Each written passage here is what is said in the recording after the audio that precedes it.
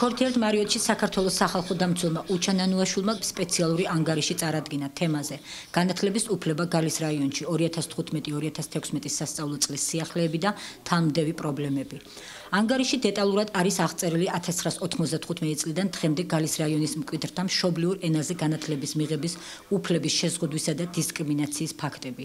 საუბარია აფხაზეთის დე-ფაქტო მთავრობის გადაწყვეტილებაზე მიმდინარე სასწავლო წელს გალის რაიონის სკოლების დაწყებით კლასებში რუსულენოვან სწავლებაზე გადასვლასა და რუსეთის ფედერაციის მიერ გამოცემული სახელმძღვანელოების შემოღებაზე. ეს არის სამწუხარო, რადგანაც დაწყებით კლასებში აქამდე შესაძლებლობა ჰქონდათ ბავშვებს მიიღოთ მშობლიურ ენაზე განათლება. სამწუხაროდ არა მხოლოდ სასწავლო პროცესი, არამედ სახელმძღვანელოებით შეიცვალა და დღეს უკვე რუსეთის ფედერაციაში გამოცემული სახელმძღვანელოებით ხდება სასწავლო პროცესი, რაც რა თქმა უნდა არის შეიძლება ითქვას, რომ არის პირდაპირ დისკრიმინაცია, რადგან ადგილობრივ მოსახლეობას, კონკრეტულად ბავშვებს უნდა ჰქონდეთ მშობლიურ ენაზე განათლების მიღების შესაძლებლობა, რისი უფლებაც დღევანდელი მონაცემებით აფხაზეთში მაცხოვრებელ სხვა ჯგუფებს, მათ შორის სომხებს, რუსებს, აფხაზებს თავისუფლად შეუძლიათ.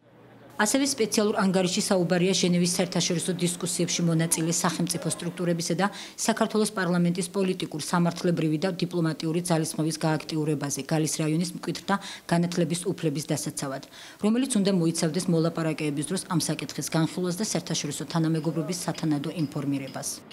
ჩვენ გვაქვს კონკრეტული რეკომენდაციები, როგორც საერთაშორისო ორგანიზაციების მისამართით, ასევე დიპლომატიური მისიების და ზოგადად ჟენევის პროცესში მონაწილე ორგანიზაციების მისამართით, ასევე საქართველოს ხელისუფლების მისამართით.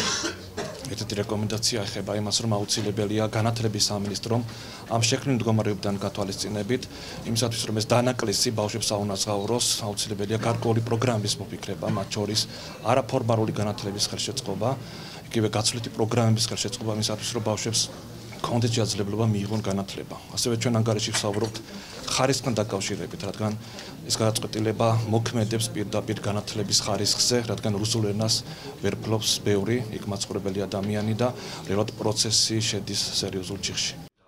სახალხო დამცველის ანგარიში აღნიშნულია აფხაზეთში ადამიანის უფლებათა დაცვითი მისიების აღდგენის მნიშვნელობა და ადგილობრივი ორგანიზაციების მხარდაჭერა, რათა მუდმივი ყურადღება იყოს მიმართული აფხაზეთში განათლების უფლების დაცვაზე. საერთაშორისო ორგანიზაციებისთვის ადამიანის უფლებების დაცვა საქართველოს, რუსეთისა და დე-ფაქტო ხელისუფლებებთან დიალოგის მნიშვნელოვან კომპონენტად უნდა იქცეს, ნათქვამია სახალხო დამცველის ანგარიშში. პრეზენტაციას აფხაზეთის ავტონომიური რესპუბლიკის მთავრობის თავმჯდომარის მოვალეობის შემსრულებელი ვახტანგ ყოლბაია, აფხაზეთის მთავრობისა და საერთაშორისო ორგანიზაციების წარმომადგენლებიც ესწრებოდნენ.